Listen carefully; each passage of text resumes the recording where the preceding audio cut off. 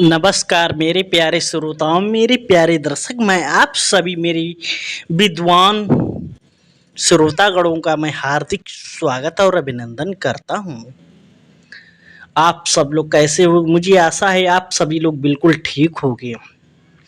आज मैं आला खंड काम में आपको बताऊंगा कि अमरा गुरु कौन थे, अमरा गुरु किस किस के गुरु थे, अमरा गुरु ने क्या क्या किया था। आला खंड काव्य के अनुसार श्रोताओं, आपका समय मैं ज़्यादा ना लेते हुए सीधे चलते हैं आला खंड काव्य की तरफ।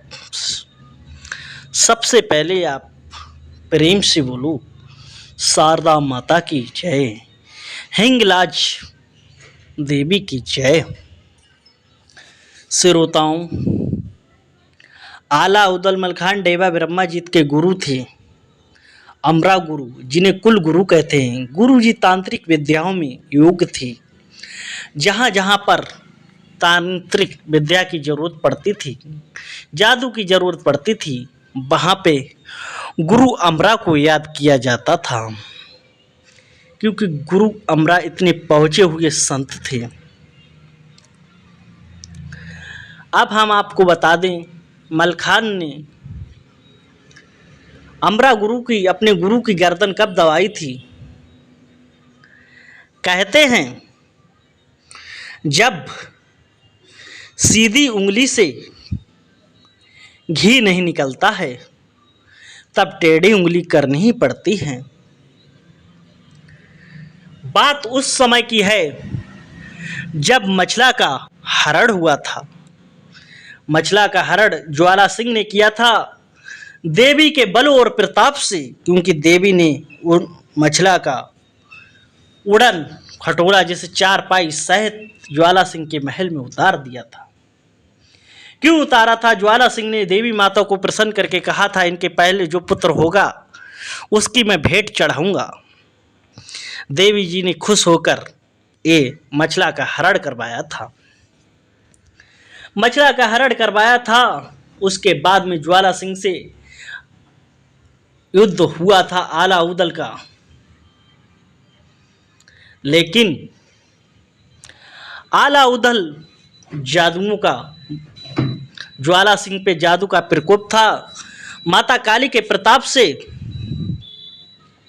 बहुत सारी आला उदल की सेनाओं को पत्थर बना देता था,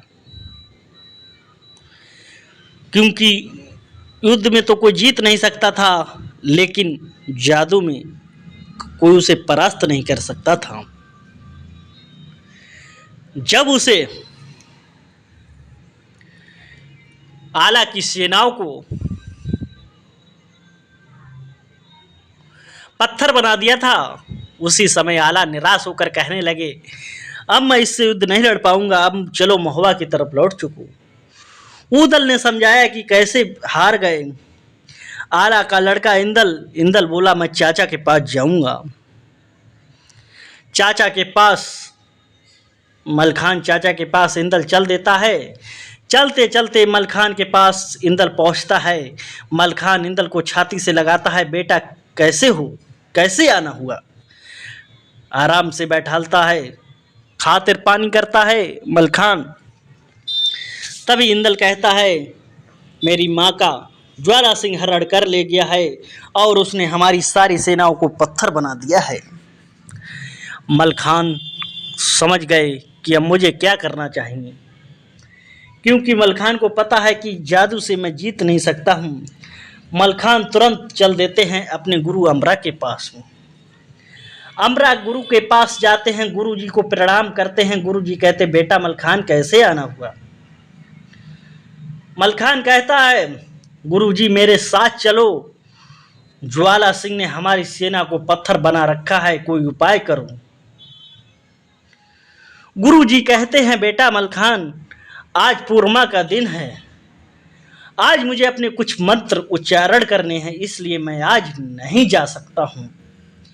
अमरा गुरुजी ने मना कर दिया कि मैं आज नहीं जा सकता हूँ, कि मुझे मंत्र उच्चारण करने हैं। मलखान पैरों पे गिर जाते हैं, बार बार रिक्वेस्ट करते हैं, गुरुजी आपको चलना होगा, आपको चलना होगा, लेकिन गुरु नहीं मान रहे थे। मलखान कह रहा है मेरी सेना पत्थर बनी हुई है, गुरुजी आपके बगैर कुछ नहीं हो सकता है, लेकिन गुरुजी नहीं मान रहे थे कि मैं आज नहीं जाऊंगा, आज पूर्णिमा का दिन है, मुझे तो अपने मंत्र उच्चारण करने हैं, मैं नहीं जाऊंगा। बार बार गुरु कहते हैं मैं नहीं जाऊंगा, मलखान को गुस्सा आता है। मलखान को जब गुस्सा आता है, मलखान का गुस्सा रुक नहीं रहा है कि उधर मेरी सेना पत्थर पड़ी हुई है, उधर मैं गुरु के पैर पकड़ रहा हूँ, चरण छू रहा हूँ, लेकिन गुरु मान नहीं रहा है। मलखान ने गुस्से में अपने हाथ से गुरु की गर्दन दबोच ली। अब गुरुजी ने की गर्दन दबोच ली, क्योंकि मलखान इतना ताकतवर था, गुरुजी गर्दन नहीं छुटा पाए, सिर्फ ऐसे कर छोड़ो छोड़ो। बाद में जब गुरुजी की गर्दन छोड़ी, गुरुजी ने क्या जवाब दिया, बेटा मैं तो आपकी परीक्षा ले रहा था, क्योंकि गुरुजी को तो अपने प्राण बचाने थे कि अगर जिंदा रहे तो मंत्र अगली पूर्णिमा को मैं जगा लूंगा, इसलिए मुझे तो अब तो गुरुजी बोले मैं तो मलखान आपकी परीक्षा ले रहा था। मलखान बोला मैं भी गुरुजी आपकी परीक्षा ले रहा था, देखेंगे आप चलोगे या नहीं चलोगे। अब भाई साहब क्या होता है मेरे प्यारे दर्शक, मेरे प्यारे श्रोताओं, ध्यान से सुनने की ये बात है। गुरुजी चलने के लिए तैयार हो गए, कह रहे, पहले विनती कर रहा था मलखान, पैर पकड़ रहा था, हाथ जोड़ रहा था, गुरुजी नहीं मार रहे थे। गुरुजी की जब एक भी पेश नहीं चली, तब गुरुजी ने को मजबूरी में चलना पड़ा मलखान के साथ में, जहां अलाउद्दीन ढेबा सारे लोग थे ज्वाला सिंह के राज्य में। फिर देखा ये सेना जो ताला सैयद वगैरह सारी सेना महोबा की पत्थर बनी पड़ी हुई है। अब धीरे धीरे गुरुजी मंत्र पढ़कर मार रहे हैं, तो सारी सेना पुनः अपने रूम में आ जाती है। ऐसे दोस्तों मलखान ने अमरा गुरु की गर्दन दबाई थी। अगर आपको ये छोटी सी हमारी आलाखंड काव्य की वीडियो अच्छी लगी हो तो लाइक शेयर चैनल को सब्सक्राइब जरूर करें। फिर मिलते हैं एक नई वीडियो के साथ। जय हिंद, वंदे मातरम।